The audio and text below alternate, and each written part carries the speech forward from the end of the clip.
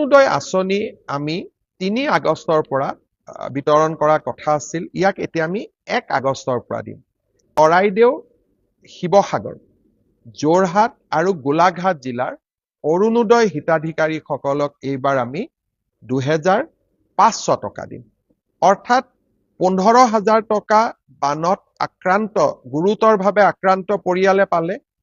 অতিৰিক্ত কৰি ১ আগষ্টৰ দিনা বানত আক্ৰান্ত হওক বা নহওক, কাৰণ প্ৰভাৱটো সকলোৰে হৈছে, কোনোবা প্ৰত্যক্ষ কোনোবা পৰোক্ষ, শিৱসাগৰ, যোৰহাট, চৰাইদেউ আৰু গোলাঘাট জিলাৰ প্ৰতিটো পৰিয়ালক আমি অৰুণোদয় ২৫০০ টকাকৈ আগবঢ়াম।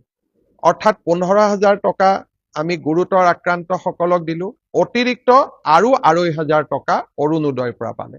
আগষ্ট মাহৰ পৰাই আমি কম মূল্যত যি চাউলৰ লগত চেনি বা দালি যোগান ধৰিছিলো, সেই যোগানৰ প্ৰক্ৰিয়াও আমি আগষ্ট মাহত আৰম্ভ কৰিম। ৬ আৰু ৭ আগষ্ট তাৰিখে ইতিমধ্যে আমাৰ কলেজসমূহত নামভৰ্তিৰ প্ৰক্ৰিয়া সম্পূৰ্ণ হৈছে। আমি কলেজসমূহত ৬ আৰু ৭ তাৰিখে নিযুত মইনা আৰু নিযুত বাবু আঁচনিৰ প্ৰপত্ৰ বিতৰণ কৰিম। এই প্ৰপত্ৰসমূহ আমাৰ ছাত্ৰ ছাত্ৰীসকলে, ভাগিনসকলে পূৰণ কৰিব আৰু প্ৰপত্ৰসমূহ আমাক নিৰ্ধাৰিত সময়ত উভতাই দিব, যাতে আমি ছেপ্টেম্বৰ মাহৰ পৰা নিযুত মইনা আৰু নিযুত বাবু আঁচনি ৰাইজক, বিশেষকৈ আমাৰ ভাগিনসকলক আমি নিয়মিতভাৱে যাতে দিয়াৰ প্ৰক্ৰিয়া আমি আৰম্ভ কৰিব পাৰোঁ। ইয়াৰ লগতে আগষ্ট মাহৰ পৰাই আমি কম মূল্যত যি চাউলৰ লগত চেনি বা দালি যোগান ধৰিছিলো, সেই যোগানৰ প্ৰক্ৰিয়াও আমি আগষ্ট মাহত আৰম্ভ কৰিম। ঠিক তেনেকৈ স্নাতক ডিগ্ৰী পাছ কৰাৰ পিছত এবছৰৰ বাবে আমি অহা ৪-৫ দিনৰ ভিতৰত আমি ১৫,০০০কৈ টকা তেওঁলোকৰ বেংক একাউণ্টত ট্ৰান্সফাৰ কৰিম। অৰ্থাৎ বানত গুৰুতৰভাৱে আক্ৰান্ত প্ৰতিগৰাকী পৰিয়ালে তৎকালীনভাৱে চৰকাৰৰ পৰা ১৫,০০০ টকা লাভ কৰিব। ৰাতিপুৱা মই জিলা আয়ুক্তসকলৰ লগত বহিছিলো। কিছুমানে কৈছে যে নাজিৰাত প্ৰায় ২০,০০০, চৰাইদেউ জিলাত ১৩,০০০, ডিমৌতো প্ৰায় ১৩-১৪,০০০, শিৱসাগৰত ২০,০০০, গোলাঘাট আৰু যোৰহাট জিলাতো। অৰ্থাৎ মই ধৰি লৈছো যে প্ৰায় ১ লাখতকৈও বেছি পৰিয়ালক এই সাহায্যৰ হয়তো প্ৰয়োজন হ'ব। যদি আমি ধৰিও লওঁ যে আমি ৯০,০০০, ১ লাখ পৰিয়ালক ১৫,০০০কৈ টকা দিম, আৰু এই টকাৰে অকণমান বাঁহ, অকণমান টিংপাত বা অন্ততঃ ঘৰখন চাফ কৰাই ল'বৰ বাবে বা ঘৰখন চাফা কৰাৰ বাবে তেওঁলোকে কিছু সকাহ পাব। আজিৰে পৰা জিলা আয়ুক্তসকলে তেওঁলোকৰ তলত বা তেওঁলোকৰ লগত কাম কৰি থকা চৰকাৰী কৰ্মচাৰীসকলৰ লগত একেলগে কাম কৰি এই তালিকাখন প্ৰস্তুত কৰিব, আৰু প্ৰতিদিনেই তালিকা আহি থাকিব আৰু চৰকাৰে পুঁজি মুকলি কৰি গৈ থাকিব। অৰ্থাৎ অন্তৰ্বৰ্তীকালীন সাহায্য হিচাপে, ইণ্টেৰিম ৰিলিফ হিচাপে প্ৰতিটো পৰিয়ালকে আমি ১৫,০০০ টকাকৈ আগবঢ়াম। শ্ৰদ্ধাৰ ৰাইজ, অৰুণোদয় আঁচনি আমি ৩ আগষ্টৰ পৰা বিতৰণ কৰা কথা আছিল। ইয়াক এতিয়া আমি ১ আগষ্টৰ পৰা দিম। যোৱাবাৰ যেতিয়া মই ফেচবুক লাইভ কৰিছিলো, বহুতে মোক কৈছিল যে মামা এইবাৰ অৰুণোদয় দিব নালাগে, অৰুণোদয়ৰ পুঁজিখিনি চৰাইদেউ আৰু শিৱসাগৰ জিলাত দিয়ক। আমি ইমান ডাঙৰ পদক্ষেপ ল'ব খোজা নাই, কিন্তু আমি এটা সিদ্ধান্ত লৈছো যে চৰাইদেউ, শিৱসাগৰ, যোৰহাট আৰু গোলাঘাট জিলাৰ অৰুণোদয় হিতাধিকাৰীসকলক এইবাৰ আমি ২৫০০ টকা দিম। অৰ্থাৎ ১৫,০০০ টকা বানত আক্ৰান্ত, গুৰুতৰভাৱে আক্ৰান্ত পৰিয়ালে পালে। অতিৰিক্ত কৰি ১ আগষ্টৰ দিনা বানত আক্ৰান্ত হওক বা নহওক, কাৰণ প্ৰভাৱটো সকলোৰে হৈছে, কোনোবা প্ৰত্যক্ষ কোনোবা পৰোক্ষ, শিৱসাগৰ, যোৰহাট, চৰাইদেউ আৰু গোলাঘাট জিলাৰ প্ৰতিটো পৰিয়ালক আমি অৰুণোদয় 2,500 টকাকৈ আগবঢ়াম। অৰ্থাৎ 15,000 টকা আমি গুৰুতৰ আক্ৰান্তসকলক দিলো, অতিৰিক্ত আৰু 2,500 টকা অৰুণোদয়ৰ পৰা পালে, 17,500 হ'ল। ইয়াৰ বাবে বাকী জিলাৰ অৰুণোদয় হিতাধিকাৰীসকলক অকণমান টকা এইবাৰ আমি কম কৰি দিম। মোৰ বিশ্বাস কোনেও তাৰ বাবে আমাক বেয়া নাপাব। ইয়াৰ পিছত আমি আৰু কেইটামান সিদ্ধান্ত লৈছো যে আমাৰ যিখিনি চৰাইদেউ আৰু শিৱসাগৰ জিলাৰ স্কুলৰ ছাত্ৰ ছাত্ৰী আছে তেখেতসকলক আমি বিনামূলীয়া ইউনিফৰ্ম দিছিলো, কিন্তু এতিয়া ইউনিফৰ্মবিলাক নিশ্চিতভাৱে ভাল হৈ থকা নাই।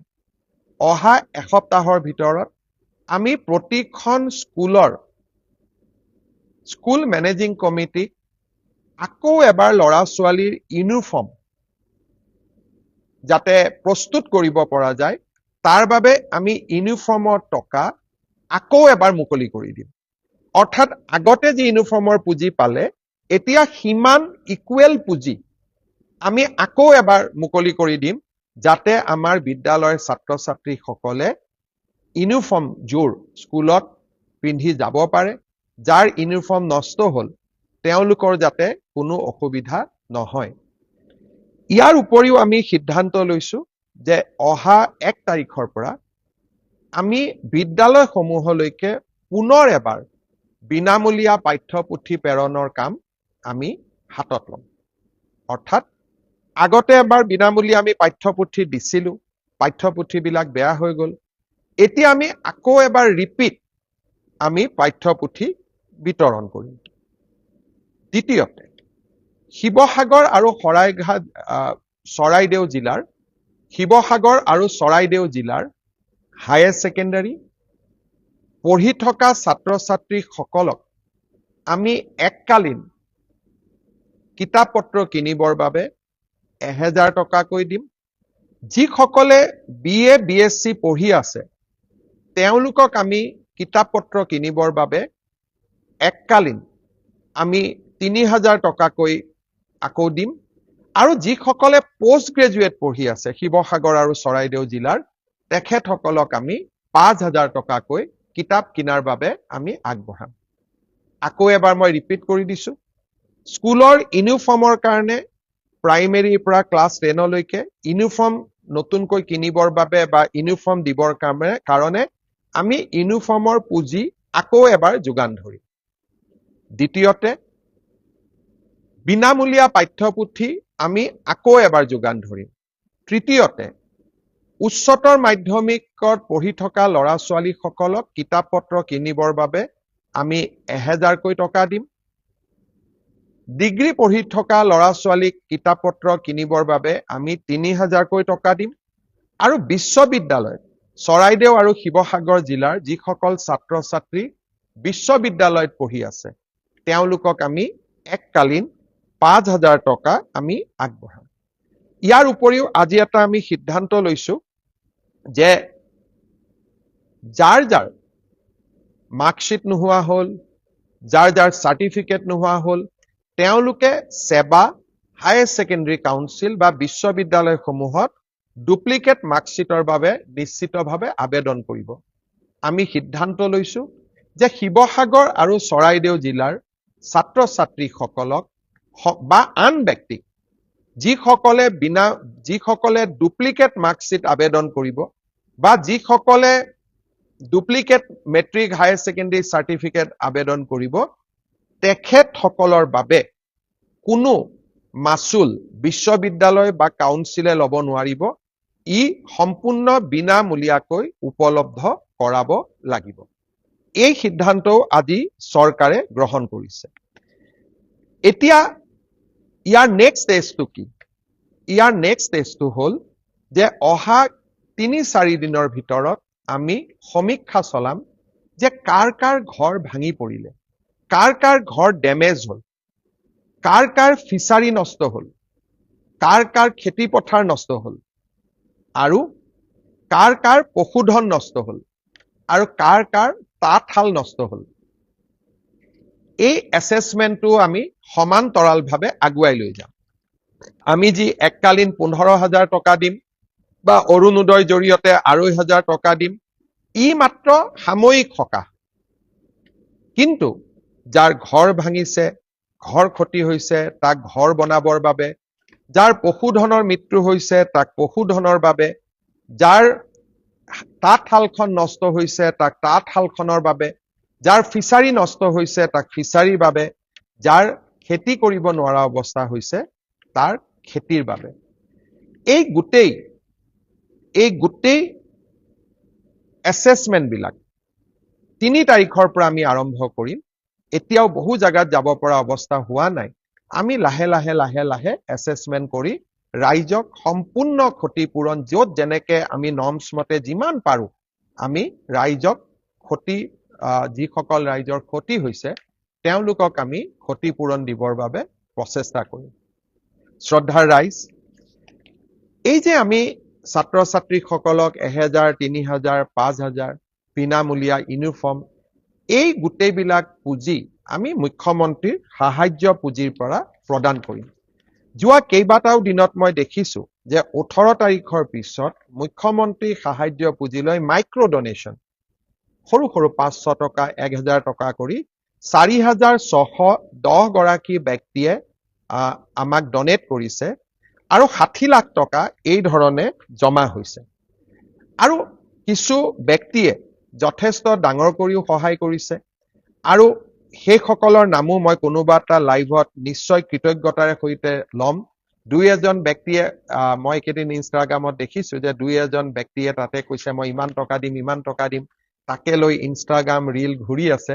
কিন্তু নীৰৱে সহায় কৰা মানুহৰ সংখ্যা বহুত।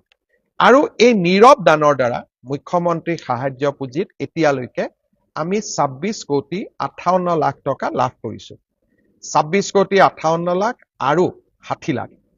এই গোটেই সমুদায় দান আমি এনেকৈ শিৱসাগৰ, চৰাইদেউ, যোৰহাট আৰু গোলাঘাট জিলাৰ বানপীড়িত ৰাইজৰ মাজত আমি বিতৰণ কৰিম বিভিন্ন ধৰণে ইউনিফৰ্ম, বুক গ্ৰাণ্ট আৰু চৰকাৰী নিয়ম নীতিয়ে যি ঢুকি নাপায় তাক আমি মুখ্যমন্ত্ৰী সাহায্য পুঁজিৰ পৰা আগবঢ়াম।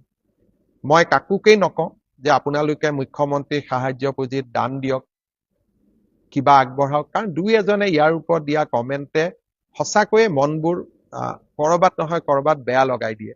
মুখ্যমন্ত্ৰী সাহায্য পুঁজিৰ পৰা যোৱা 5 বছৰত